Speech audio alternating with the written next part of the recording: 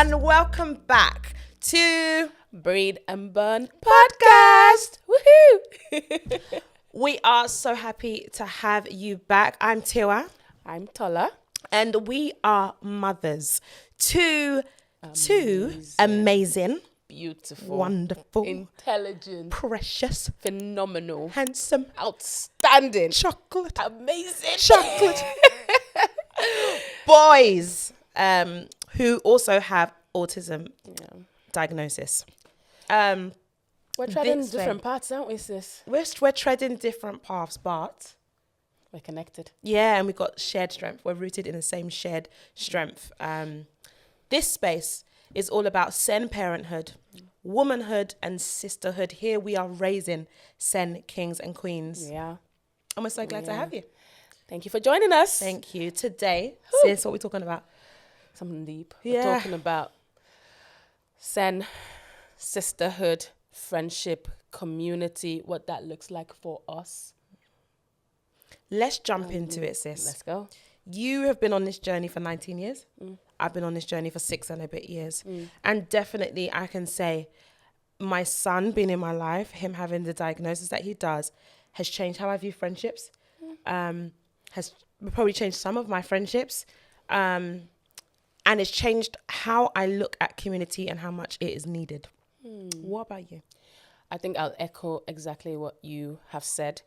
I think it has changed my friendships, and I know we've both spoke about this several times before, that I am now understanding, different stems of what friendship is, what it means. Like, say with you, I can have conversations about what autism motherhood looks like, whereas with my other friends that don't have my type of reality, don't parent the type of child that I have, it's not quite the same. And I think for the longest time, I didn't get to process that. And more so now, I see the need for that. Even though our children are not even anywhere near the same ages, but we connect in such a way that I think that every mother on this journey needs. It's not that I don't have friends, but friends that can connect in a way that another friend on the same journey as you can connect is needed. And when you're talking, sis, I'm thinking about what that actually looks like. So for me, I'm also blessed with wonderful friends. And off the top of my head, none of them that we know have kids that are neurodivergent. But what it looks like, you just spoke about something, connecting in a way. And I think it's important to speak to all of our viewers about what that connection is. So for me, sometimes I take a deep breath. We're on the phone. Okay. And I take a proper deep breath. Why? And you're like, sometimes you say why, and sometimes you already know this. Oh, you mean you're talking about me? Yeah, sorry. Oh, I didn't really make that very clear, did No, I? you didn't. You Yeah. didn't. Or sometimes my son's in the background and he's made a noise, or he's making noises, or he's stimming.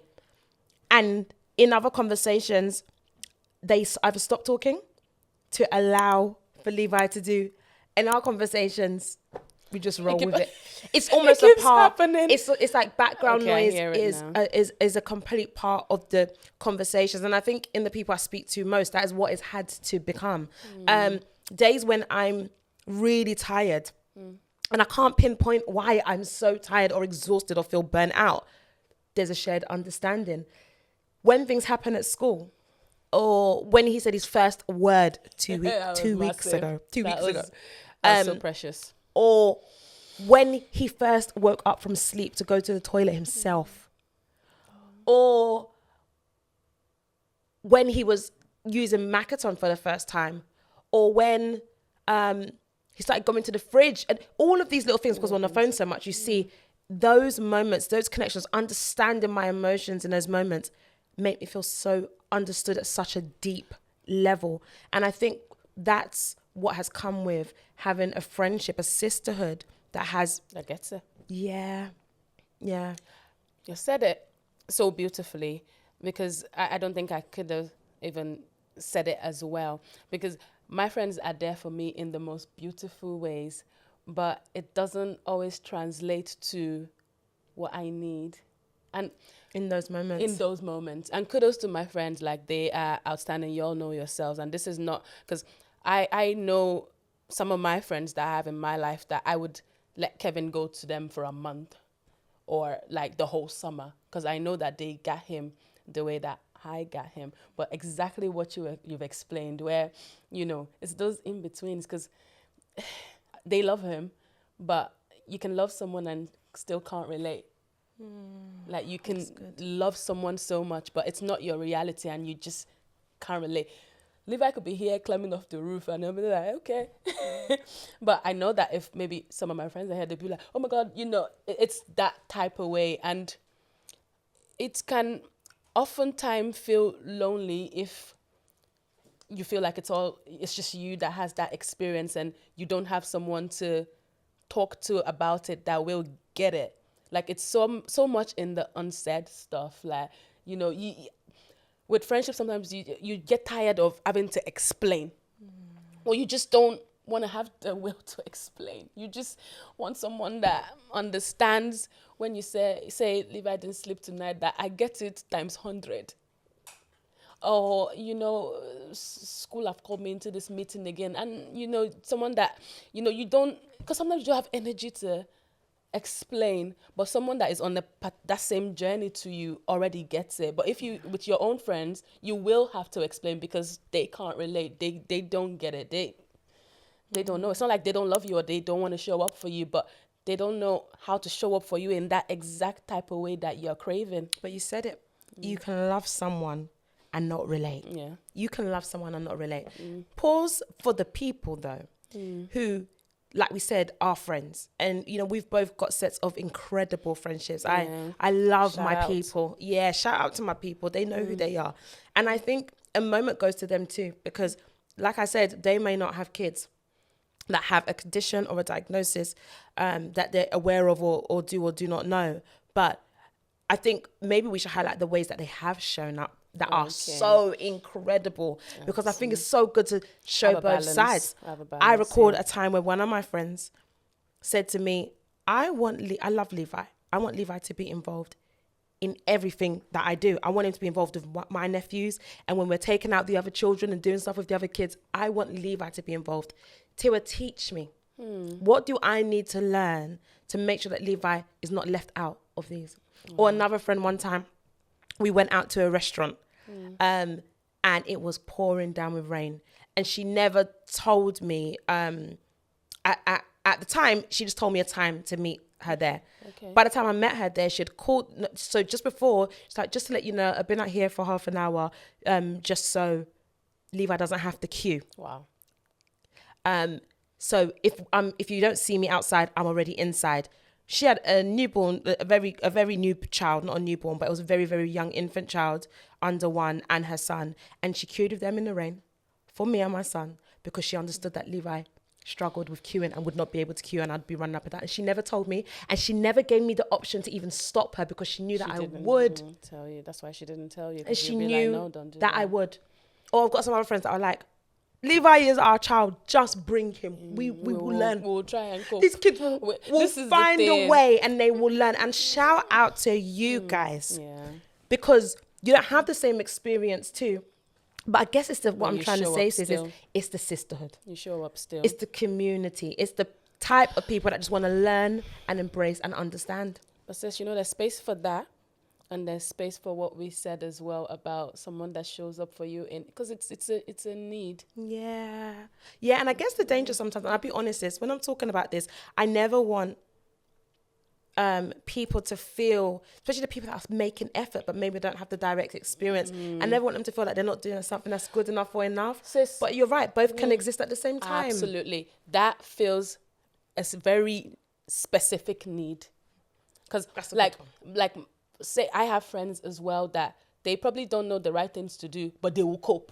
They will cope. Sometimes that's they what will you do need what as needs well. doing. But I'm talking about friendships, not for like Kevin, because I know I can send my son to. I'm talking about for like myself in terms of, if just like you've. That's why I said I don't think I can explain it better than the way you did, where there's a conversation And even though like something is happening, but there's no, because sometimes you just, it gets in the flow of things where is it masking, or where you kind of feel like you have to compromise, or you have to make it look a way that is palatable to, I struggle with the words for it. I really do struggle with the words for it, but I know that there's a need for your friendship that show up regardless, but then it doesn't stop you from craving that sisterhood, so that's of someone that it's in the unsaid things, it's in the unspoken words, but they get it in a way that that they do.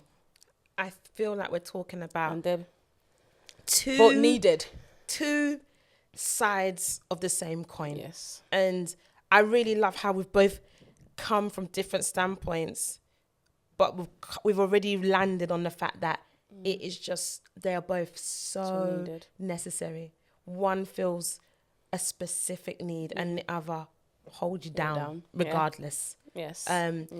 If you are watching, we know that it can be an isolating experience being a mum to a child with special educational needs, and what that can do to your friendships, feeling isolated, not being able to go out the same way, not wanting to make the same excuses, but having this very valid reasons.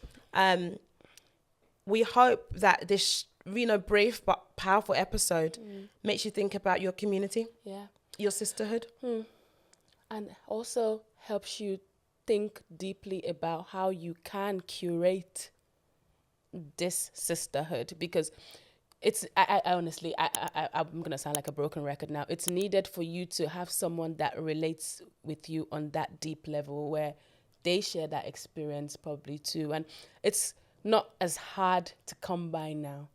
Like, there's online communities, there's WhatsApp groups we have on ourselves, where people don't have to, see you every day and chat to you every day. But when you say something, they get it in the way that gives you reassurance. Yeah. They have not solved any single problem. No. But they get you in a way that just, you sleep a little bit better that night.